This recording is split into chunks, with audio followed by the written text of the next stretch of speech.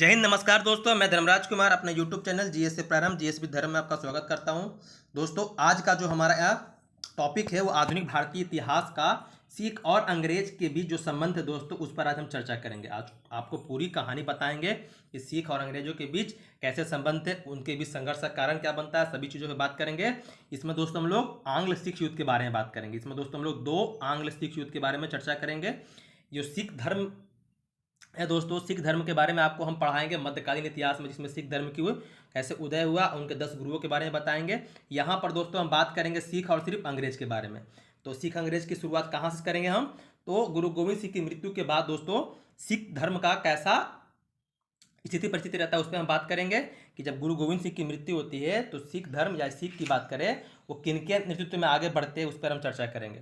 जैसा कि आपको दोस्तों बता दिए हैं कि हमारे यूट्यूब चैनल के माध्यम से टेलीग्राम ग्रुप पर दोस्तों क्यूज स्टार्ट किया गया है। अगर आप जुड़ना चाहते हैं तो हमारे टेलीग्राम चैनल पर जुड़ करके दोस्तों वहाँ पर डेली आप प्रीवियस ईयर क्वेश्चन का क्यूज दे सकते हैं। दोस्तों डेली 9:30 बजे दोस्तों स्टार्ट होता है रात में। उसका लिंक हम आपको दे देंगे कमेंट बॉक्स में या डिस्क्रिप्शन बॉक्स में। और बाकी जो हमारे यूट्यूब चैनल पर दोस्तों पॉलिटिक्स सीरीज जो शुरू किया गया था उसको लगभग भाग 6 तक दोस्तों पढ़ा चुके हैं, तो वहाँ से भी आप उसको देख सकते हैं। और इतिहास का भी अधिकांश टॉपिक दोस्तों धीरे धीरे हम कवर कर रहे हैं, तो उसको भी देख करके आप लाभ प्राप्त कर सकते हैं। बाद में दोस्तों हम सोच रहे हैं कि 50 जो इंपॉर्टेंट टॉपिक है उसको कवर कराने का, वो हम आगे आप उस पर चर्चा करेंगे, उस पर बात करेंगे। 50 टॉपिक लिख करके उसको हम डालेंगे और उस पर दोस्तों वीडियो बनाएंगे और साथ ही साथ उसके प्रीवियस ईयर क्वेश्चन भी कराएंगे, क्योंकि अभी आने वाले समय में आपके बिहार में बहुत सारे एग्जाम दोस्तों आने वाले हैं। साथ साथ आपके जो केंद्र स्तर पर भी हैं, आपके एनटीपीसी एग्जाम हो गया या एसएससी का हो गया, एसएससी का कैलेंडर जो है दोस्तों वो जारी किया गया है, तो उस पर भी ध्यान में रख करके हम जो जीएस का है इंपॉर्टेंट टॉपिक को दोस्तों हम कवर धीरे धीरे कराएंगे। तो चलिए दोस्तों आज हम बात करते हैं आंग्ल सिख युद्ध के बारे में। तो सबसे पहले आपको बता दें हम कि 1708 में क्या हुआ था कि गुरु गोविंद सिंह की हत्या कर दी जाती है। किसके द्वारा? तो एक वजीर खां के आदेश पर, जो पठान रहते हैं उनके द्वारा। क्योंकि जो वजीर खां रहता है गुरु गोविंद सिंह का दोस्तों ये बहुत ही कट्टर दुश्मन रहता है। इसी के आदेश पर ये पठान क्या करता है, इनकी हत्या करता है। कहाँ पर? तो महाराष्ट्र में एक जगह है नांदेड़ में इनकी दोस्तों हत्या कर दी जाती है। याद रखिए, कभी कोई प्रश्न पूछता है कि गुरु गोविंद सिंह की मृत्यु कहाँ हुई थी, तो नांदेड़ में दोस्तों हुई थी। कब? 1708 में। ये जो कैसे गुरु गोविंद सिंह का रहता है मुगलों के साथ संघर्ष, इसकी चर्चा दोस्तों मध्यकालीन इतिहास में आपको बताएंगे। यहाँ पर सिर्फ हम आगे जो सिख का है उसके हम चर्चा कर रहे हैं। तो जब गुरु गोविंद सिंह की दोस्तों मृत्यु होती है तो बता दें गुरु गोविंद सिंह क्या है, तो ये 10वें गुरु हैं। सिखों के 10वें गुरु की चर्चा करें कौन है, या अंतिम गुरु कौन है, तो गुरु गोविंद सिंह। अब ये अंतिम गुरु क्यों है? तो गुरु गोविंद सिंह अपनी मृत्यु से पहले ही दोस्तों बता देते हैं कि मेरे बाद कोई भी सिख गुरु दोस्तों नहीं बनेगा, बल्कि जो सिख गुरु होंगे वो कौन बनेंगे? ये गुरु ग्रंथ साहिबा को दोस्तों क्या करते हैं, अंतिम गुरु के रूप में मान्यता देते हैं। कौन? गुरु गोविंद सिंह। कि कोई मानव, मतलब कि मानव कोई गुरु के रूप में पद धारण नहीं करेगा, बल्कि क्या करेंगे, तो इसी की गुरु ग्रंथ साहिबा को ही आपको गुरु मान करके इसकी जो पूजा अर्चना जो भी करना है इसको कीजिएगा। तो इसीलिए दोस्तों इनके बाद कोई भी सिख धर्म के अंतर्गत कोई गुरु का पद धारण दोस्तों नहीं करता है। वो गुरु ग्रंथ साहिबा को ही दोस्तों स्थापित कर दिया जाता है गुरु के रूप में। आगे बात करें हम तो गुरु गोविंद सिंह के दोस्तों एक शिष्य रहते हैं, मतलब इसका नाम रहता है लक्ष्मण सिंह। यही आगे चलकर क्या रहता है, कहलाता है बंदा बहादुर। दोस्तों इनका संघर्ष भी दोस्तों जो मुगल शासक है उनसे बहुत ही दोस्तों कड़ा रहता है। इनका संघर्ष कब शुरू होता है, किससे शुरू होता है? तो उत्तर मुगल कालीन जो शासक रहते हैं उनसे दोस्तों इनका संघर्ष चलता है। किनका? तो बंदा सिंह बहादुर का। क्योंकि इनका मानना रहता है कि हमारे जो गुरु हैं, जो गुरु गोविंद सिंह थे, उनकी हत्या कराने में जो मुख्य जो हाथ रहता है किसका रहता है, तो मुगलों का रहता है दोस्तों। इसीलिए अपना गुरु का बदला लेने के लिए दोस्तों ये मुगलों से संघर्ष करते हैं। लेकिन बाद में क्या होता है, इनकी भी मुगल शासक द्वारा हत्या कर दी जाती है। तो हम आगे बात करते हैं। तो बता दिए थे कि गुरु गोविंद सिंह बता दिए थे, एकदम पूरे कड़े शब्द में बता दिए थे कोई भी सिख गुरु नहीं बनेगा, तो इसीलिए ये गुरु का पदधारण नहीं करते हैं। कौन? बंदा सिंह बहादुर। ये एक सिखों के एक सेनापति के रूप में दोस्तों कार्य करते हैं। लेकिन बताएं कि बाद में 1716 में क्या होता है, इनकी भी हत्या कर दी जाती है। किसके द्वारा? तो फर्रुख सियर के आदेश पर दोस्तों इसके सेनापति या मतलब जो सैनिक होते हैं इनकी हत्या कर देते हैं। किनकी? तो बंदा सिंह बहादुर के दोस्तों। जब बंदा सिंह बहादुर की दोस्तों मृत्यु हो जाती है, हत्या कर दी जाती है, तो जो सिख था दोस्तों छोटे छोटे टुकड़ों में दोस्तों बढ़ जाता है। छोटे छोटे टुकड़ों में दोस्तों ये बढ़ जाता है। लेकिन बाद में आगे 1748 में क्या होता है, कर्पूर सिंह नाम के एक व्यक्ति रहते हैं जो सिख जो छोटे छोटे टुकड़े बट गए थे उसको दोस्तों सम्मिलित करके एक दल खालसा का रूप देते हैं दोस्तों। मतलब दल खालसा की स्थापना करते हैं। देखिए यहाँ पर दो सवाल मतलब आपसे हमेशा आपको क्या कन्फ्यूज करेगा। एक खालसा दल, जब खालसा दल की बात करेगा तो इसकी स्थापना किसने की थी, तो गुरु गोविंद सिंह ने की थी दोस्तों। मुगलों से लड़ने के लिए एक सैनिक संगठन बनाए थे दल, खालसा दल दोस्तों, 1699 में दोस्तों। ये दल खालसा है दोस्तों, जो सिख धर्म जो छोटे छोटे टुकड़ों में बट गया था उसको एकीकृत करने का काम कौन किए थे 1748 में, कर्पूर सिंह दोस्तों। आगे चलकर क्या होता है, जब कर्पूर सिंह की मृत्यु होती है, जो दल खालसा है इसको आगे बढ़ाने का काम दोस्तों करते हैं जस्सा सिंह आहलूवालिया। ये क्या करते हैं, इनके नेतृत्व में दोस्तों ये आता है। लेकिन बाद में क्या होता है, ये दल खालसा है वो प्रशासनिक दृष्टि से दोस्तों क्या कर दिया जाता है, इसको 12 दलों में दोस्तों विभाजित कर दिया जाता है। इसे ही क्या कहते हैं हम लोग, मिसल कहते हैं। मतलब क्या, शासन प्रशासन को लेकर के कि मतलब दल खालसा में जो छोटे छोटे टुकड़े हैं वो बहुत बड़े प्रांत के रूप में बन गए हैं, वहाँ पर प्रशासन ठीक से चल नहीं पा रहा है, इसलिए इसको 12 छोटे छोटे टुकड़ों में दोस्तों, दलों में दोस्तों बांट जाता है, जिसे हम लोग मिसल के नाम से जानते हैं। किसके शासनकाल में, तो जस्सा सिंह आहलूवालिया के शासनकाल में दोस्तों।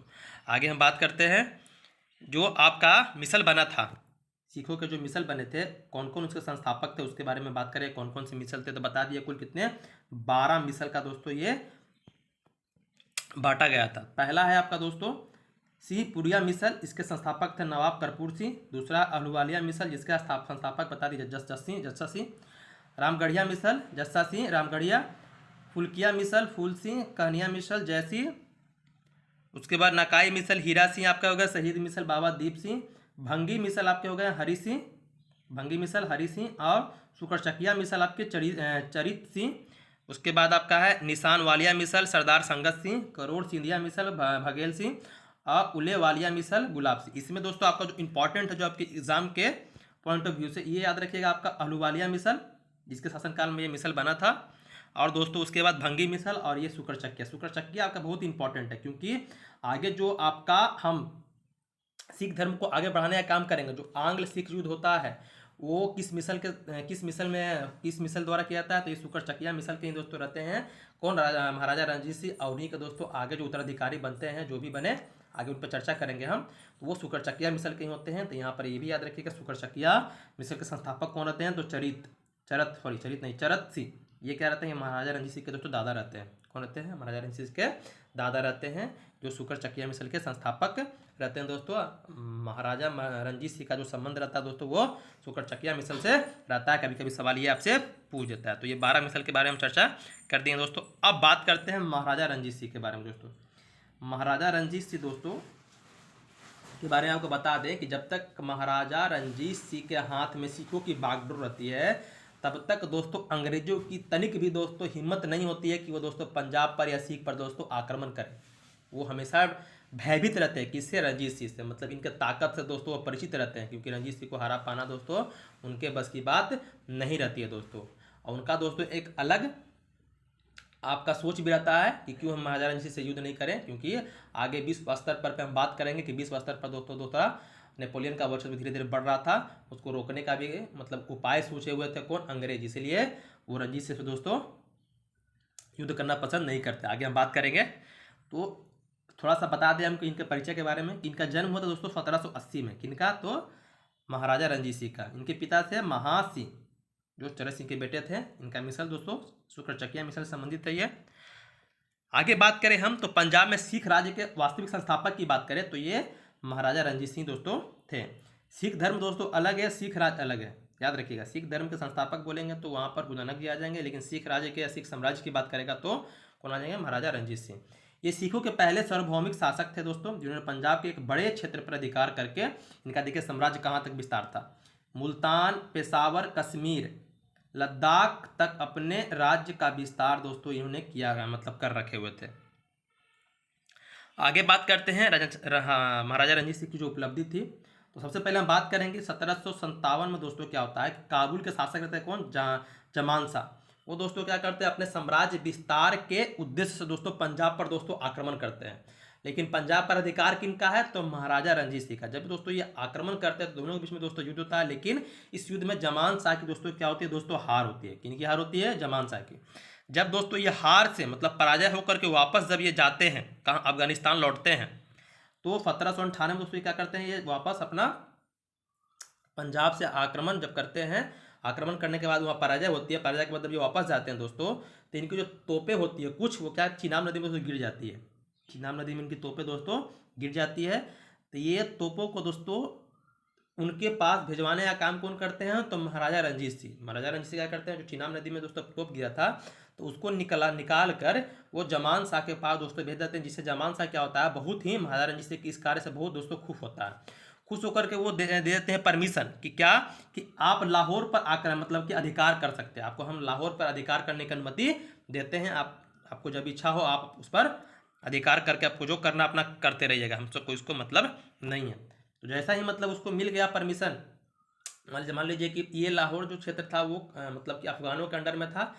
जब मान लीजिए कि ये परमिशन नहीं मिलता, अगर वो आक्रमण करते लाहौर पर, तो वो लाहौर पर आक्रमण करते, जमान साहब को दोस्तों आपत्ति होती, लेकिन यहाँ पर कोई आपत्ति नहीं थी। रंजीत सिंह क्या किए, जब वो 1798 में वो आदेश दिया तो तुरंत 1799 में रंजीत सिंह क्या किए, लाहौर पर दोस्तों अपना अधिकार कर लिए। दोस्तों जब अधिकार कर लिए तो इस तरह से रंजीत सिंह क्या की, इनकी एक पहले राजधानी थी ही, लेकिन लाहौर पर अधिकार करने के बाद दोस्तों इनकी राजधानी दो बन गई, दो राजधानी बन गई।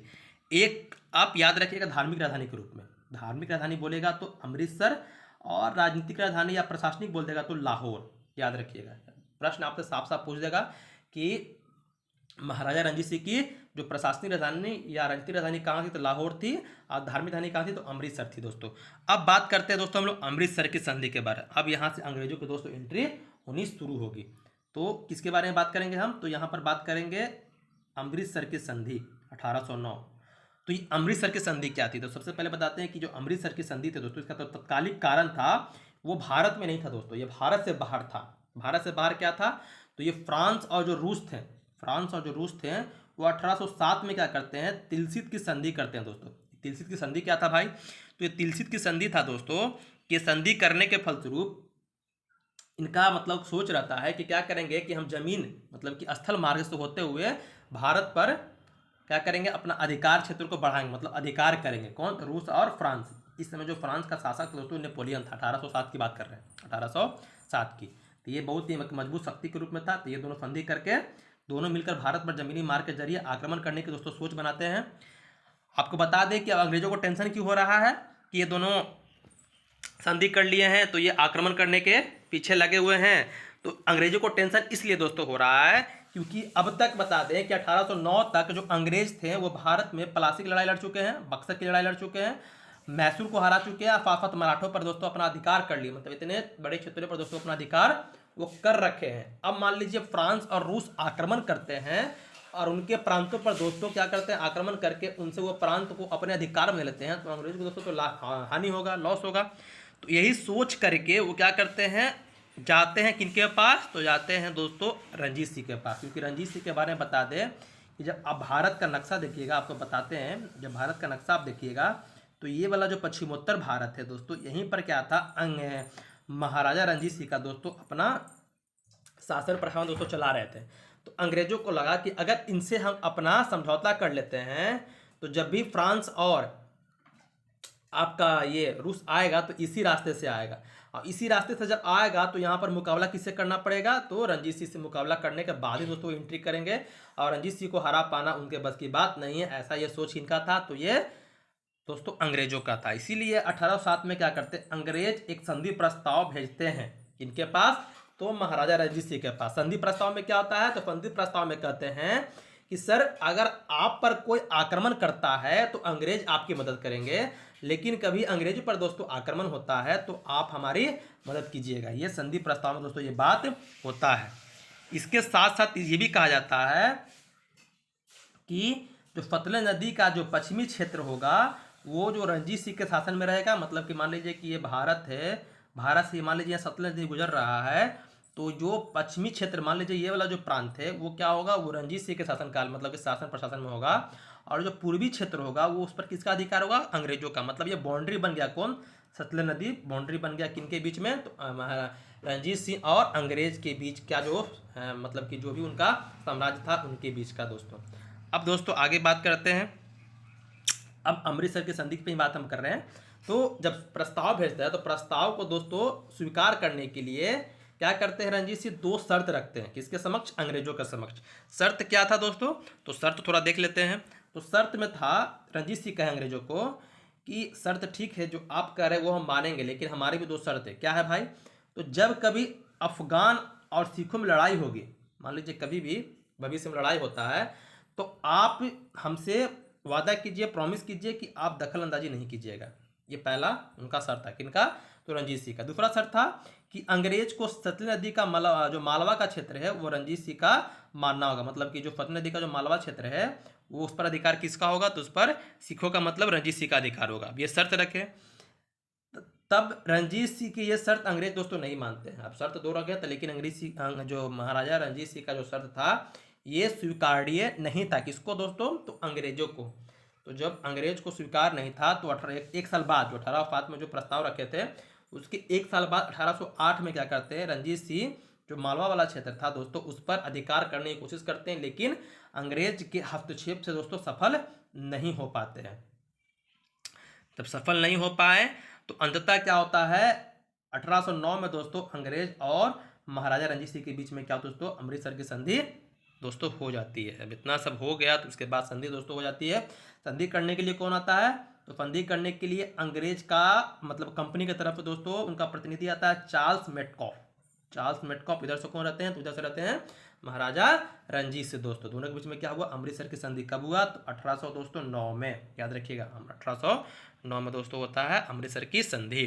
अब इसमें क्या हुआ? तो जैसा कि आपको बता दिए थे कि इस संधि में यह तय किया गया था कि सतलुज नदी के पश्चिमी क्षेत्र रणजीत सिंह के अंडर में होगा और जो पूर्वी क्षेत्र होगा वो किसके अंडर में होगा? तो कंपनी, मतलब ईस्ट इंडिया कंपनी के अंडर में दोस्तों होगा। अब उसके बाद क्या होता है? तो उसके बाद हम बात करें तो रणजीत सिंह एकमात्र दोस्तों, इसके बारे में जान लीजिए थोड़ा सा, कि एक ऐसा शासक थे जिसने ना तो अंग्रेज से कोई युद्ध किया और ना ही अंग्रेजी सेना को अपने राज्य के अंदर घुसने दिया। बता दिए थे, जैसे ही हम प्रारंभ में बता दिए थे क्लास स्टार्ट करने से पहले, कि रणजीत सिंह के बारे में दोस्तों अंग्रेजों की ऐसी सोच थी कि अगर हम रणजीत सिंह के साम्राज्य पर आक्रमण करते हैं तो हम अपने साम्राज्य को दोस्तों खो सकते हैं, क्योंकि रणजीत सिंह से जीत पाना मामूली बात नहीं है। उनके ताकत से दोस्तों बिल्कुल वो क्या थे, वाकिफ थे। कौन? तो ईस्ट इंडिया कंपनी, मतलब दोस्तों अंग्रेज। इसीलिए देखिएगा कि जब तक रणजीत सिंह दोस्तों राजा बनते हैं कब? 1801 में। 1801 में दोस्तों ये राजा बनते हैं और 1839 में दोस्तों इनकी मृत्यु होती है। तो इस बीच में देखिएगा कभी भी सिखों और अंग्रेजों के बीच में किसी प्रकार की कोई दोस्तों युद्ध नहीं होती है। मतलब कि ना ही अंग्रेज मतलब इस पर आक्रमण करते, ना ही दोस्तों रणजीत सिंह उन पर आक्रमण करते, क्योंकि अपने अपने साम्राज्य में दोस्तों दोनों अपने तल्लीन थे, अपने अपने में मगन थे दोस्तों। लेकिन जब 1839 में दोस्तों इनकी मृत्यु होती है उसके बाद समस्या दोस्तों खड़ी हो जाती है। उसकी बात कहानी हम आगे सुनाते हैं आपको। फिर आगे क्या होता है? तो 1809 में दोस्तों संधि के बाद अहमद शाह अब्दाली का रहता पोता, वही अहमद शाह अब्दाली जो तृतीय पानीपत का दोस्तों युद्ध लड़ा था, किससे? मराठा से। इसका पोता रहता दोस्तों शाह शुजा। शाह शुजा को मोहम्मद शाह ने पदच्युत, मतलब उसको गद्दी से दोस्तों हटा दिया था। परंतु जब ये आता है किसके पास? शाह शुजा, इसको गद्दी से हटाता है तो शाह शुजा किसके पास आता है? तो महाराजा रणजीत सिंह के पास दोस्तों आता है मदद मांगने के लिए कि सर देखिए ऐसा ऐसा बात हो गया है कि हमारे गद्दी से हमको हटा दिया है कौन? मोहम्मद शाह। तो मोहम्मद शाह हटा दिया तो हमें अपनी गद्दी प्राप्त करने में हमारी मदद कीजिए। तो जब इनसे आता है सहायता मांगने के लिए तो रणजीत सिंह क्या करते हैं? उनको सहायता करते हैं और पूरा दोस्तों इन्हों गद्दी पर बैठाते हैं। किसको? तो शाह शुजा को। शाह शुजा कौन है? तो अहमद शाह अब्दाली का पोता है। अब जब गद्दी पर बैठा दिए, अब गद्दी प्राप्त कर लिया, तो गद्दी प्राप्त करने के बाद शाह शुजा बहुत ही खुश हुआ। खुश होने के बाद क्या किया कि एक कोहिनूर हीरा है उसको देता है भेंट। इसको? तो महाराजा रणजीत सिंह को गद्दी प्राप्त करने की खुशी में दे देता है भेंट कि लीजिए ये बहुत ही बेशकीमती है, ये आपको हम उपहार के तौर पर देते हैं। किनको मिल गया? तो ये मिल गया आपके सिखों के पास आ गया कोहिनूर हीरा।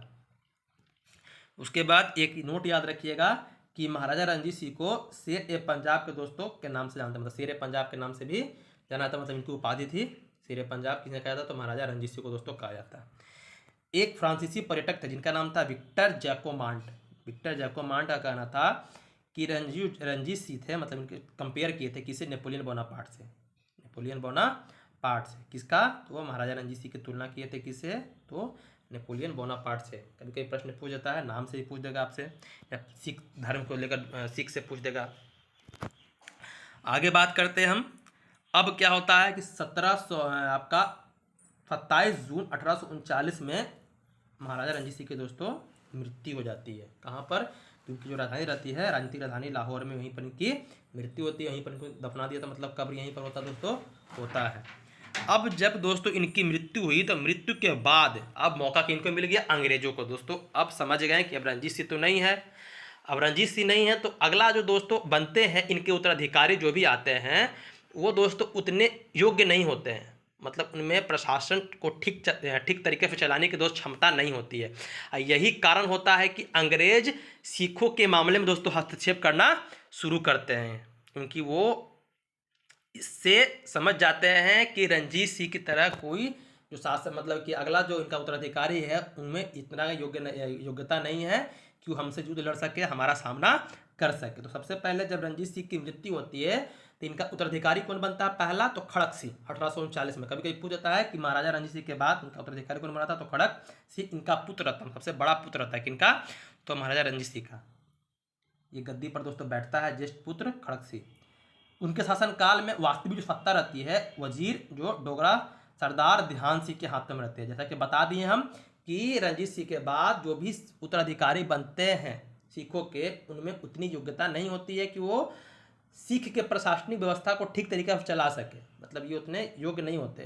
तो योग्य नहीं है तो सत्ता किनके हाथ में आएगी, तो जो भी प्रधानमंत्री जो भी मंत्री होगा उनके हाथ में। तो कौन था वजीर उस समय, तो ध्यान सिंह के हाथ में दोस्तों ये सत्ता थी। बाद में क्या होता है, ध्यान सिंह मौका देख करके जो खड़क सिंह उनको दोस्तों कैद कर लेता है, और कैद खाने में दोस्तों यो जो अब खड़क सिंह है उनकी दोस्तों मृत्यु हो जाती है। हाँ, जब इनकी मृत्यु हो गई तो उनके बाद जो खड़क सिंह का बेटा है वो बनता है अगला सिखों का राजा, कौन, तो नौनिहाल सिंह। वजीर ध्यान सिंह ने उसके पुत्र नौनिहाल सिंह, मतलब एक कठपुतली के तौर पर, सत्ता तो वजीर सिंह के हाथ, मतलब कि ये ध्यान सिंह के हाथ में ही है, लेकिन बनाना तो है ना, नहीं तो फिर तो पूरे जो सिख साम्राज्य है, मतलब सिख धर्म के जो लोग हैं, जो वहाँ पर जनता है, वो क्या होगी, आक्रोशित हो जाएगी। किनसे, तो ये वजीर से। इसीलिए सत्ता, मतलब कि राजा बना कर गद्दी पर बैठा करके सत्ता अपने हाथ में लिए हुए थे। लेकिन नौनिहाल सिंह जो था वो दरबार में डोगरा बंधुओं जो थे गुलाब सिंह, ध्यान सिंह, सुचेत सिंह के प्रभाव से मुक्त होना चाहता था, मतलब उसको समाप्त करना चाहता था। परंतु कुछ समय बाद नौनिहाल सिंह की दोस्तों क्या होती है, एक दुर्घटना में दोस्तों इनकी मृत्यु हो जाती है। सोच तो इनका बढ़िया था, लेकिन दुर्घटना समझिए तो यही जो डोगरा बंधु थे यही करा दिए हैं। उनकी मृत्यु होती है। मृत्यु के बाद अगला जो बनते हैं वो बनते हैं शेर सिंह। शेर सिंह रणजीत सिंह के दूसरे पुत्र रहते हैं, जो 1843 में दोस्तों 1843 में इनकी भी हत्या कर दी जाती है। मतलब जो भी शासक बन रहे हैं कुछ समय के लिए बन रहे हैं और छल कपट करके उनकी हत्या कर दी दोस्तों जा रही है। अब अगला जो बनते हैं जो अल्पवयस्क पुत्र रहते हैं रणजीत सिंह के, जिनका नाम है क्या, दिलीप सिंह। दिलीप सिंह के शासन काल में ही दोस्तों आपका 2 आंग्ल सिख युद्ध देखने के लिए मिलता है। याद रखिएगा, जब भी पूछ देगा कि आंग्ल सिख युद्ध के समय सिखों के शासक कौन थे, तो दिलीप सिंह थे। इन्हीं के समय में जब ये दोस्तों गद्दी पर बैठते हैं तो ये मात्र 5 वर्ष के रहते हैं। कितने वर्ष के रहते हैं, 5 वर्ष के रहते हैं। 5 वर्ष के जब रहते हैं तो इसीलिए इनकी संरक्षिका के रूप में इनकी माँ रहती है, माता जिंदल, कहीं कहीं जिंदाल भी लिखा रहता है, तो माता जिंदल कौर इनकी संरक्षिका के रूप में दोस्तों शासन व्यवस्था को चलाती है। क्योंकि ये जब गद्दी पर बैठे कितने साल के हैं, 5 वर्ष के हैं दोस्तों। अब यहीं से दोस्तों क्या करते हैं, इंटरफेयर करना अंग्रेज दोस्तों शुरू कर देते हैं। आपको बता दी 1839 में क्या हुआ, किनकी मृत्यु हो गई, तो 1839 में दोस्तों रणजीत सिंह की मृत्यु हो गई। और 43 मतलब कि 4 साल में ही आपने देखा कितने आपके जो सिखों के राजा बदले गए, मतलब आए गद्दी पर आए और चलते बने, मतलब उनकी किसी दुर्घटना से हो या हत्या हो, किस तरह से उनकी कर दी गई। लेकिन जब दिलीप सिंह बनते हैं उसके बाद अंग्रेज यहाँ पर हस्तक्षेप करना शुरू करता है। यहीं से शुरू होगा आपका क्या, तो प्रथम आंग्ल सिख युद्ध जो 1845 से 1846 में दोस्तों चलता है। जो पहला जो आंग्ल सिख युद्ध होता है ये इस समय आपके जो गवर्नर रहते हैं, गवर्नर भारत के रहते हैं, वो लॉर्ड हार्डिंग, माफ़ कीजिएगा द्वितीय नहीं है, ये लॉर्ड हार्डिंग प्रथम कर लीजिएगा, आगे चलिए हम सही कर देंगे। तो इस क्रम में अंग्रेजों ने पहले ही भारत के दूसरे ज़्यादा क्षेत्रों पर कब्जा कर लिया था, जैसा कि बता दिए थे। जिसके बाद वो सिख साम्राज्य, लाहौर साम्राज्य, क्योंकि सिख सतलज नदी के पश्चिम क्षेत्र पर दोस्तों अपना अधिकार शासन प्रशासन चला रहे थे। जैसा कि आपको बता दिए थे कि संधि हुआ था, संधि में कहा गया था कि पश्चिमी क्षेत्र जो सतलज का है वो सिखों का होगा, पूर्वी क्षेत्र दोस्तों अंग्रेजों का होगा। लेकिन पश्चिमी क्षेत्र को भी दोस्तों अपने अधिकार क्षेत्र में लाना कौन चाह रहा है दोस्तों, अंग्रेज चाह रहा है। क्यों, क्योंकि सिखों की जो परिस्थितियां हैं दोस्तों वो कमजोर हो चुकी हैं। जो हालिया परिस्थिति को देख करके अंग्रेजों को लगा उस पर हम अधिकार कर सकते हैं। तो उस समय बता दिए कि अंग्रेजों के जो गवर्नर जनरल थे कौन थे, तो लॉर्ड हार्डिंग द्वितीय, ये द्वितीय नहीं है, ये प्रथम कर लीजिएगा। ये कौन है? लॉर्ड हार्डिंग प्रथम, लॉर्ड हार्डिंग द्वितीय आपके आएंगे 1911 में, 1907 में बैठते हैं। इस समय लॉर्ड हार्डिंग प्रथम रहते हैं दोस्तों। अंग्रेजी कंपनी 1845 में सतलज नदी की सीमा रेखा पर बहुत संख्या में अंग्रेजी सिपाही भेजना शुरू कर देती है। जो सतलज नदी का सीमा है, जो सीमा बनाया गया था, वहाँ पर भेजना शुरू कर देती है। अब इनको भी दोस्तों भय लगता है कि इनको सिखों को कि अंग्रेज हम पर आक्रमण करने के उद्देश्य से आ रहे हैं। तो सिख भी क्या करते हैं, वो भी अपने सिपाही को दोस्तों भेजना शुरू करते हैं। कहाँ? सतलज नदी के पास, सतलज नदी के पास। लेकिन जैसे ही सिख वहाँ पर जो सिख सिपाही हैं वो जाते हैं, तो वो गलती से क्या करते हैं दोस्तों, सतलज नदी को पार कर देते हैं, चल जाते हैं अंग्रेजों के क्षेत्र में, पूर्वी भागों में दोस्तों आ जाते हैं। और जैसा कि बताए थे कि अमृतसर की संधि में हुआ था कि ये जो बाउंड्री बना हुआ है सतलज का, ना इधर आप आइएगा ना इधर हम आएंगे, लेकिन यहाँ पर सिख सिपाही क्या किए, पार कर गए।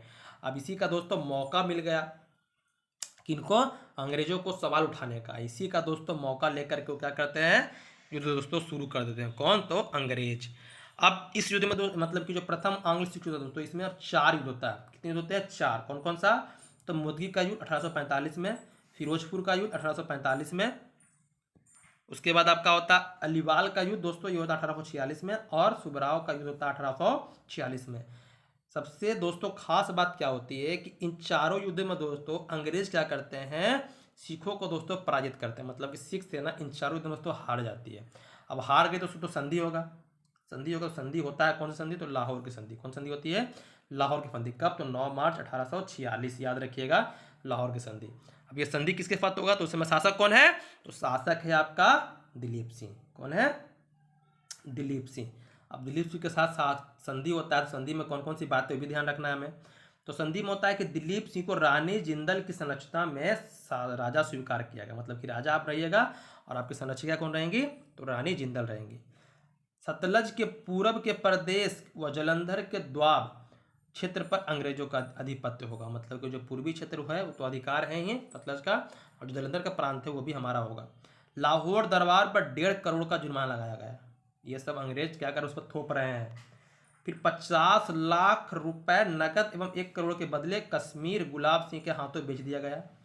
सिख सैनिकों की संख्या कम एवं निश्चित कर दी गई। मतलब कि अंग्रेज तय कर रहे हैं कि आपको ज़्यादा सैनिक नहीं रखना है, नहीं तो हमारे लिए दिक्कत हो सकता है। आप सैनिक बढ़ा कर रखिएगा, कभी कुछ होता है तो आप तो हमें हरा दीजिएगा। तो सिख सैनिक की संख्या कम कर दी गई, मतलब कि एक निश्चित संख्या तय कर दिया गया। और लाहौर में दोस्तों एक अंग्रेजी रेजिडेंट की नियुक्ति की गई। अंग्रेजी रेजिडेंट मतलब कि एक अंग्रेज व्यक्ति दोस्तों लाहौर में रखा गया, जो क्या करेगा, अंग्रेजों को दोस्तों पूरी जानकारी देगा वहाँ की, लाहौर की, मतलब कि सिखों की क्या स्थिति परिस्थिति है। मतलब एक तरह समझिए गुप्तचर तो नहीं कहेंगे, समझिए गुप्तचर की तरह ही वो काम करेगा, रहेगा लाहौर में, लेकिन काम किसके लिए करेगा? तो अंग्रेजों के लिए। और अंग्रेजों के परामर्श के बिना किसी भी विदेशी को सेना में नहीं रखा जाएगा। मतलब अंग्रेज कह दिए कि हमारे परामर्श, हमसे बिना अनुमति के, परमिशन के आप किसी भी विदेशी को अपने सेना में सैनिक बना नहीं सकते हैं, नहीं रख सकते हैं। ये कह दिया कौन? अंग्रेज। ये आपके लाहौर की संधि। जब संधि दोस्तों हुई, एक तरह की अपमानजनक संधि थी। तो ये मतलब कि जो सिख थे दोस्तों उनको पसंद ये नहीं आया, इसीलिए क्या किया, संधि का दोस्तों विरोध किए। 1846 में क्या किया, सिखों ने पुनः विद्रोह कर दिया, मतलब संधि को लेकर के। लेकिन अंग्रेजों ने क्या किया, उनके विद्रोह को दोस्तों दमन कर दिया और दिलीप सिंह से पुनः एक संधि की, पुनः एक संधि की। संधि की शर्त क्या थी इसमें? तो इसमें कहा दिया गया कि आप भड़का रही हैं किनको? रानी जिंदाल को। तो रानी जिंदाल की जो संरक्षता मतलब संरक्षिका बनी हुई थी उसको दोस्तों समाप्त कर दिया गया, और 1.5 लाख पेंशन, वार्षिक पेंशन के रूप में दोस्तों उनको एक जगह पर फिक्स कर दिया कि आप यहीं रहिए, आपको कोई काम नहीं है इसमें, प्रशासन में कोई आपको दखलंदाजी नहीं करना है। जो अंग्रेज रेजिडेंट दोस्तों वहाँ नियुक्त किया था, वो अंग्रेज रेजिडेंट की अध्यक्षता में 8 सिख सरदारों की एक दोस्तों परिषद बनाई गई, जो शासन की देखभाल करेगा। क्योंकि बता दिए कि वो अभी अल्पवयस्क है। कौन? तो दिलीप सिंह। तो शासन प्रशासन कौन देखेगा? तो शासन प्रशासन दोस्तों ये एक रेजिडेंट की अध्यक्षता में 8 सिख सरदारों का एक गुट बना दिया गया, क्योंकि जिंदाल को दोस्तों हटा दिया। माता जो जिंदाल थी, रानी जिंदाल, उनकी संरक्षिका के तौर पर उनको खत्म कर दिया गया, क्योंकि उनको लगा कि यही भड़का रही हैं और हमसे युद्ध करने के लिए उनको उकसा रही हैं। लाहौर में एक अंग्रेजी सेना रखी जाएगी जिसका खर्च दिलीप सिंह देंगे। अब क्या गया, एक तो रेजिडेंट रखा गया था, अब उस पर सेना रखेगा। सेना रखेगा इसलिए कि मान लीजिए कि ये जो दिलीप सिंह है कभी विद्रोह कर देगा, मतलब उनकी सेना कभी विद्रोह कर देगी, तो वो उस विद्रोह को दबाने का काम तो अंग्रेज करेंगी। अंग्रेज करेंगे तो सेना तो रखा गया, लेकिन ये बोलकर सेना रखा गया कि कभी भी मान लीजिए युद्ध होता है, कोई विदेशी शक्ति आप पर आक्रमण करेगा तो हमारी सेना आपकी मदद करेगी। लेकिन ये सोच के नहीं था, इनका सोच यही था कि जब भी मान लीजिए युद्ध होता है तो सेना तो दोस्तों अंग्रेज तो अंग्रेजी का सपोर्ट करेंगे, थोड़ी मतलब कि आपके सिख का सपोर्ट करेंगे। तो इस तरह दोस्तों आपका प्रथम सिख आंग्ल सिख दोस्तों समाप्त होता है। अब हम चलते हैं दूसरा जो आंग्ल सिख होता है उसमें, ये 1848 से दोस्तों 49 के बीच में होता है। अब ये क्या होता है तो बता दिए, प्रथम आंग्ल सिख युद्ध के बाद 2 संधि होती है, बहुत जो अपमानजनक है। कौन कौन? तो लाहौर की संधि और भैरावल की संधि। संधि बताना भूल गया था, देख लीजिए यहाँ पर बताए थे क्या, ये भैरावल की संधि, भैरववाल की संधि जो 1846 में दोस्तों होती है, याद रखिएगा, था दिमाग से निकल गया था। इसी क्रम में 1848 में क्या होता, अंग्रेज के नियंत्रण में मुल्तान क्षेत्र रहता, वहाँ का दोस्तों एक दीवान रहता, इसका नाम था मूलराज। मूलराज क्या है, कहाँ का? तो मुल्तान का। अब पृष्ठभूमि तैयार कर रहा है कैसे आपका द्वितीय आंग्ल सिख होता है। अब ब्रिटिश प्रतिनिधि रहते हैं कौन? Henry Lawrence. वो क्या करते हैं, दीवान जो मूल राज्य हैं उन मूल राज्य से ज़्यादा बड़े हुए राजताओं की मांग करते हैं। मतलब कि वो जो लाहौर वाला जो आपका मुल्तान वाला क्षेत्र है वहाँ पर क्या करते हैं, राजस्व की जो सीमा होती है दोस्तों उसको बढ़ा देते हैं। कौन? तो ये हेनरी लॉरेंस। अब वो मांग कर रहे हैं, लेकिन ये जो मूल राज है दीवान, वो बढ़े हुए जो राजस्व देने से दोस्तों इनकार कर देते हैं। क्या कर दिए? इनकार कर दिए। और वो युद्ध की तैयारी में दोस्तों लग जाते हैं। कौन? तो आपके ये मूल राज। उनको लग गया कि हम तो मना कर दिए तो अंग्रेज तो चुप बैठेगा नहीं, इसीलिए बाद में क्या होता है कि जो ब्रिटिश प्रतिनिधि जो हेनरी लॉरेंस है दोस्तों, और अंग्रेज ने मुल्तान से दीवान मूल राज को दोस्तों हटाकर एक नया गवर्नर नियुक्त करने का दोस्तों फैसला किया। जो ये पसंद किनको ना आया, मूल राज को दोस्तों ये बात पसंद नहीं आई, साथ साथ वहाँ की जो जनता थी उनको भी वो पसंद नहीं आई, क्योंकि जनता का पूरा सपोर्ट किसको था? तो मूल राज को दोस्तों सपोर्ट था। आगे क्या होता है, आगे जो मूल राज बता दिए कि जो मूल राज्य की प्रजा ने अंग्रेजों के इस फैसले को नहीं माना और वहाँ की प्रजा ने मूल राज के साथ खड़ी हो गई और मूल राज का सहयोग करने में लग गई। मतलब कि बता दी वहाँ जनता पूरा सपोर्ट, फुल्ली सपोर्ट में थी किसका? तो मूल राज के सपोर्ट में थे दोस्तों। अब क्या हुआ, जैसा कि बता दिया वहाँ पर उनको हटाने का फैसला कर लिए थे। तो इस क्रम में अंग्रेजों ने मुल्तान में एक नए सिख गवर्नर और 2 ब्रिटिश अफसर के साथ, मतलब 7 अफसरों के साथ भेजा। किनको? एक नए सिख गवर्नर को, जिनका नाम जो था, जो ब्रिटिश 2 अफसर थे, एक का नाम था लेफ्टिनेंट पैट्रिक वेंस एगेन्यू और लेफ्टिनेंट एंडरसन। लेकिन क्या करते हैं ये दोनों जो आप देख रहे हैं एगेन्यू और एंडरसन की हत्या कर देते हैं। कौन? तो मूल राज और वहाँ की जनता। वहाँ की जनता क्या कर दी है? मूल राज की प्रजा द्वारा दोनों ब्रिटिश अफसरों को जान से मार दिया जाता है। इसके साथ कुछ सिख सिपाही भी दीवान मूल राज के साथ जुड़ जाते हैं और अंग्रेजों के विरुद्ध फिर से युद्ध दोस्तों छिड़ जाता है, विद्रोह छिड़ जाता है। और यहाँ से आपका शुरू क्या होगा? तो द्वितीय आंग्ल सिख युद्ध जो 1848 से 49, इसके अंतर्गत 3 युद्ध दोस्तों होता है। जैसा हम वहाँ देखें 4 युद्ध, यहाँ पर 3 युद्ध। इसमें एक बहुत ही मोस्ट इंपॉर्टेंट युद्ध है जो चिलैया वाला का युद्ध है, याद रखिएगा। रामगढ़ का युद्ध होता है 1848 में, इसमें सिख की हार होती है। चिलैया वाला के युद्ध में दोस्तों 1849 में इसमें सिखों की दोस्तों जीत होती है, सिख की स्थिति मजबूत होती है। लेकिन बाद में दोस्तों गुजरात का युद्ध जो होता है, गुजरात नगर का युद्ध 1849 में अंग्रेज विजय होते हैं। इसमें आपको यहाँ पर हम बता देना चाहते हैं कि ये जो गुजरात देख रहे हैं ये गुजरात राज्य नहीं है, बल्कि जो सिख के अंतर्गत दोस्तों एक ये प्रांत रहता है। कौन? तो गुजरात। ये गुजरात राज्य में समझ लीजिएगा आप लोग। अब ये क्या होता है, गुजरात के युद्ध में हारने के बाद सिख क्या करते हैं दोस्तों? आत्मसमर्पण कर देते हैं। अब बता दें आपको, जो अंग्रेजों का सेनापति रहता है वो कौन होता है? ह्यू गॉफ। ये भी याद रखिएगा, ह्यू गॉफ क्या करता है आंग्ल सिख युद्ध में अंग्रेजों का सेनापति दोस्तों रहता है। तो इस तरह से क्या होता है, आत्मसमर्पण करने के बाद 1849 में सिख राज्य पर, मतलब पंजाब पे बोलिए, सिख पे बोलिए, उस पर अंग्रेज अपना अधिकार कर लेते हैं। मतलब कि अंग्रेज के अंडर में अब पंजाब भी दोस्तों आ गया। आपसे प्रश्न पूछेगा कि पंजाब पर अंग्रेजों ने कब अधिकार कर लिया, तो पंजाब पर 1849 में दोस्तों पूरी तरह से अपना अधिकार क्षेत्र में अंग्रेज ले आया दोस्तों। ऐसे धीरे धीरे अपना साम्राज्य का दोस्तों विस्तार कर रहा है। अब जो दिलीप सिंह थे और जो रानी जिंदाल थी उसका क्या हुआ, तो दिलीप सिंह और जो रानी जिंदल थी उनको दोस्तों पेंशन दे करके भेज दिया कहाँ? इंग्लैंड, इनको पढ़ने के लिए, पढ़ाई के लिए इनको दोस्तों इंग्लैंड भेज दिया गया। और जो इनको कोहिनूर हीरा इनके पास था, सिख के पास, यहीं से क्या होता है दोस्तों, यहाँ पर डलहौजी रहता है आपका द्वितीय जो आंग्ल सिख होता है। यहाँ पर गवर्नर जनरल कौन होता है भारत का? दोस्तों डलहौजी रहता है। डलहौजी क्या करता है? दिलीप सिंह से दोस्तों कोहिनूर हीरा लेकर के भेज देता है इंग्लैंड और इंग्लैंड यहाँ पे जाने के बाद 1849 से गया इंग्लैंड, उसके बाद आपका 2025 हो गया है, अभी तक दोस्तों आपका वो कोहिनूर हीरा भारत नहीं आया है। यहीं से क्या होता है, कोहिनूर हीरा का दोस्तों यहीं से इतिहास खत्म हो जाता है। इंग्लैंड जाने के बाद वहाँ पर इंग्लैंड ही वो रह जाता है दोस्तों। बीच में बात हो रहा था, हमारे जो माननीय प्रधानमंत्री मोदी जी हैं वो कोहिनूर हीरा की मांग कर रहे थे, उस पर बात कर रहे थे, लेकिन यही याद रखिएगा यहीं से इंग्लैंड जाने के बाद वो वहाँ की जो महारानी रहती है विक्टोरिया, उनका जो सिर का ताज रहता है वो बन जाता है। उसके बाद वो रानी का ही ताज के रूप में दोस्तों वो रखा हुआ है। तो यहाँ पर दोस्तों ये क्या था, आपका सिखों का हम इतिहास देख लिए। आंग्ल सिख युद्ध कैसा था, दोनों के बारे में याद रखिए, कौन कौन संधि हुई, महाराजा रणजीत सिंह के बारे में जान गए, तो इससे ये बहुत प्रश्न आता है। अब दोस्तों इसका प्रीवियस ईयर क्वेश्चन देखेंगे, मराठा का भी नहीं कराया तो मराठा और सिख का दोस्तों एक साथ हम आपका प्रीवियस ईयर क्वेश्चन करा देंगे। तो कैसा लगा वीडियो दोस्तों कमेंट करके बताइएगा। अगर अच्छा लगा तो अपने दोस्तों को भी शेयर कीजिएगा, कोई भी आपका ग्रुप होगा दोस्तों उसमें ज़रूर शेयर कीजिएगा, क्योंकि आपको हम पूरे बेसिक से दोस्तों पूरी अच्छे तरीक़ा से पढ़ाने का हम प्रयास कर रहे हैं, और आपको उम्मीद करते हैं क्लास अच्छा भी दोस्तों लग रहा होगा। बाकी अच्छे से पढ़िए दोस्तों, अल्लाह आगे पढ़िए, मेहनत कीजिए। धन्यवाद दोस्तों।